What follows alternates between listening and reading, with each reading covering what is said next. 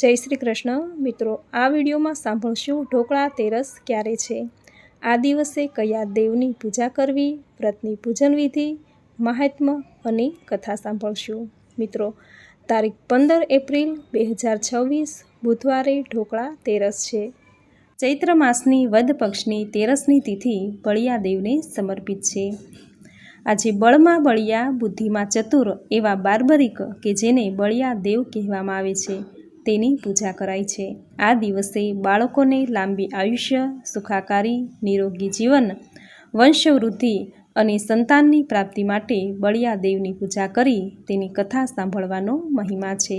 તો મિત્રો, આજના શુભ દિવસે આ વિડીયોમાં બળિયા દેવનો મહિમા, પૂજન વિધિ અને કથા વાર્તા સુંદર શબ્દોમાં સાંભળશું. જો આપને વિડીયો પસંદ આવે તો લાઇક, શેર, કોમેન્ટ કરી ચેનલ પર નવા છો તો ચેનલ સબસ્ક્રાઈબ કરી બાજુમાં બેલ આઇકન પ્રેસ કરી દેજો. ધન્યવાદ. મિત્રો, આજે ચૈત્ર વદ તેરસ દક્ષિણ ગુજરાતમાં જેને ઢોકળા તેરસ કહે છે. આજે ગુજરાત સૌરાષ્ટ્રમાં દરેક ઘરે માતાઓ ઘરના પાણિયારે બળિયા બાપજીનું ચિત્ર કરી તેની પૂજા કરે છે. સૂર્ય, ચંદ્ર, ઝૂલતું પારણું વગેરેની આકૃતિ દોરી, નાગલાનો હાર ચડાવી, કુલેર ધરી, ધૂપ દીપ કરી બળિયા બાપજી કે જેને ગુજરાતમાં કાકા બળિયા કહે છે તેને પ્રાર્થના કરે છે કે હે બળિયા દેવ, મારા બાળકોની રક્ષા કરજો, તેની લાંબી આયુષ્ય, સુખાકારી જીવન પ્રદાન કરજો. આ પૃથ્વી ઉપર જ્યાં સુધી સૂર્યચંદ્ર રહે ત્યાં સુધી મારા પરિવારમાં પારણું ઝૂલતું રહે તેવા આશીર્વાદ આપજો તેવી પ્રાર્થના કરે છે. આ દિવસે બળિયા બાપજીની પૂજા કરવાથી બાળકોને ઓરી, અછબડા, શીતળા જેવા રોગથી રક્ષણ થાય છે. આખું વર્ષ બાળકો બીમાર નથી પડતા, તેનું આરોગ્ય સારું રહે છે. તથા આ દિવસે બળિયા બાપજીના મંદિરે અથવા તો કોઈ પણ મંદિરે ટાઢું ખાવા જવાની પરંપરા છે. આમ બળિયા દેવનો મહિમા અનેરો છે અને ગુજરાતમાં બહેનોએ આ પરંપરા હજી પણ જાળવી રાખી છે. તો મિત્રો, આ હતો કાકા બળિયા કે જેને બળિયા દેવ કહેવામાં આવે છે તેનો મહિમા. હવે સાંભળશું બળિયા દેવની કથા. મિત્રો, બળિયા દેવ કે જે બળમાં બળિયા, બુદ્ધિમાં ચતુર અને રૂપમાં રૂપાળા એવા આ બળિયા દેવ જે પાંડવોના જ વંશજ છે, જે ભીમ અને હિડમ્બાનો પુત્ર ગટુરગચ્છ. આ ગટુરગચ્છના વિવાહ અસુરોના રાજા મૂર દૈત્યની બુદ્ધિમાન અને વીર પુત્રી કટંકટા સાથે થયા હતા, જે શાસ્ત્ર વિદ્યામાં નિપુણ અને કામાખ્યા દેવીની દિવ્ય શક્તિ તેને મળેલી હતી. આમ ગટુરગચ્છ અને કટંકટાને ત્યાં પુત્રનો જન્મ થયો.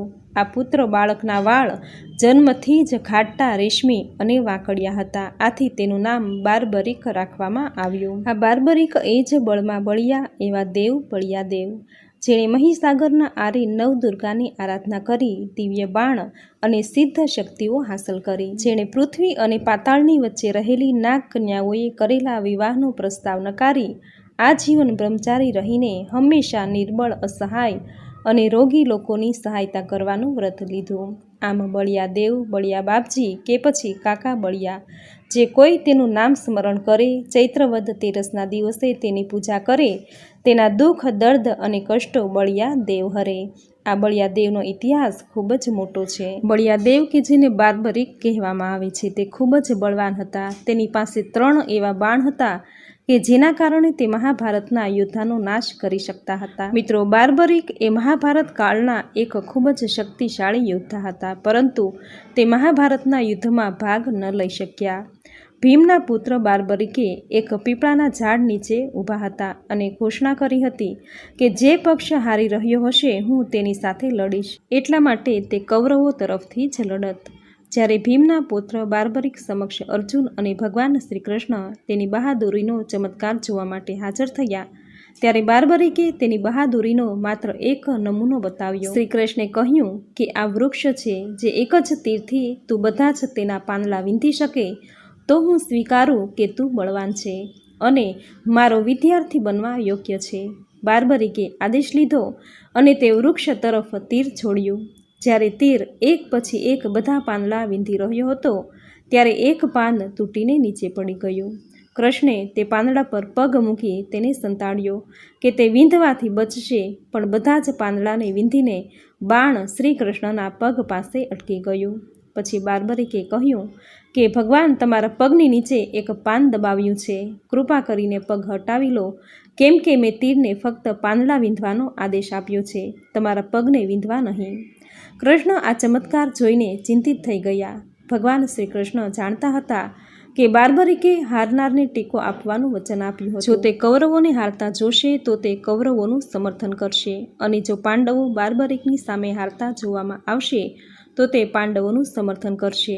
આ રીતે તે એક જ તીરથી બંને બાજુની સેનાને ખતમ કરશે. પછી ભગવાન શ્રી કૃષ્ણ બ્રાહ્મણનો વેશ ધારણ કરીને બાર્બરિકના દ્વાર પર પહોંચ્યા અને દાન માંગવાનું શરૂ કર્યું. બાર્બરિકે કહ્યું કે બ્રાહ્મણને પૂછો કે તમારે શું જોઈએ છે. બ્રાહ્મણ જેવા કૃષ્ણે કહ્યું કે તમે આપી શકશો નહીં. પરંતુ બાર્બરિક શ્રી કૃષ્ણની જાળમાં ફસાઈ ગયા અને કૃષ્ણ તેનું માથું માંગે છે.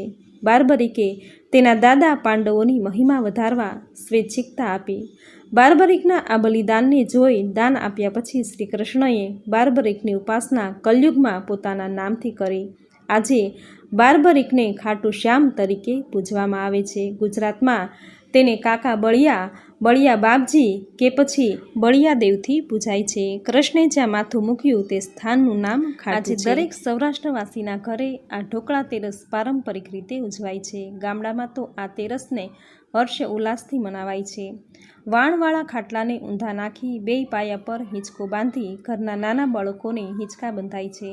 પાણીયારે કાકા બળિયાના ચિત્ર દોરાય છે. ઘઉંના લોટના ઢોકળા અને ગોળની કઢી રંધાય છે. મિત્રો, આવો મહિમા છે ગુજરાત અને સૌરાષ્ટ્રમાં ઢોકળા તેરસનો. તો મિત્રો, આ વિડીયોમાં ઢોકળા તેરસના દિવસે કરવામાં આવતી બળિયા બાપજી કે જેને કાકા બળિયા કે બાર્બરિકના નામથી પૂજાય છે તેનું મહાત્મ્ય, પૂજન વિધિ, બળિયા બાપજી કે જેને બાર્બરિક કહેવામાં આવે છે તેની કથા, જીવન ગાથા આ વિડીયોમાં તમે પૂરી શ્રદ્ધાથી અંત સુધી સાંભળી, જે સાંભળવી તમને જરૂર ગમી હશે. તો વિડીયોને લાઇક કરી કોમેન્ટમાં જય બળિયા દેવ, જય બાર્બરિક, જય કાકા બળિયા જરૂર લખજો. ચેનલ પર નવા છો તો ચેનલ સબસ્ક્રાઈબ કરી બાજુમાં બેલ આઇકન જરૂર પ્રેસ કરજો. બળિયા દેવ દરેક બાળકોની, ઘર પરિવારના સભ્યોની રક્ષા કરે તેવી પ્રાર્થના સાથે દરેક દર્શક મિત્રોને મારા જય શ્રી કૃષ્ણ.